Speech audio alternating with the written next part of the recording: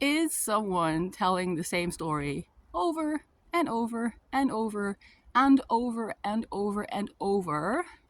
Or are you maybe telling the same story over and over and over and over to as many people as you can find? If that is happening, chances are whoever is telling the story over and over is trying to process it. They're trying to get to a place where they feel better about what happened.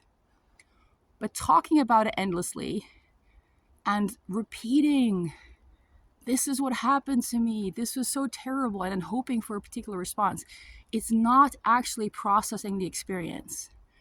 Processing an experience means feeling it. And even though it can be helpful to tell, a few people about what happened, get their perspective, get somebody saying to you, "Oh, that really sucks for you. I'm so sorry. I hope that's not fair," or just get some sympathy, can be very, very helpful. So I'm not saying don't talk to anyone, but if it's, you're telling the same story again and again and again, it's not really helping you feel better. You need to sit down by yourself, alone, and feel how this actually affected you, this experience. How did you actually feel in your body? Not the stories you tell yourself about this, but actually in your body, how are you feeling? That is the only way to truly process it. And when you do that and you do it well, that drive, that desire, that push to share the story is going to go away because you've processed it. You're done. You're okay. But the problem is, if you keep telling the story over and over, not only is it not going to help you process, but also you're going to add more baggage to it, because there's going to be people who don't respond very well. They're not going to say what you were hoping for. They don't really understand it.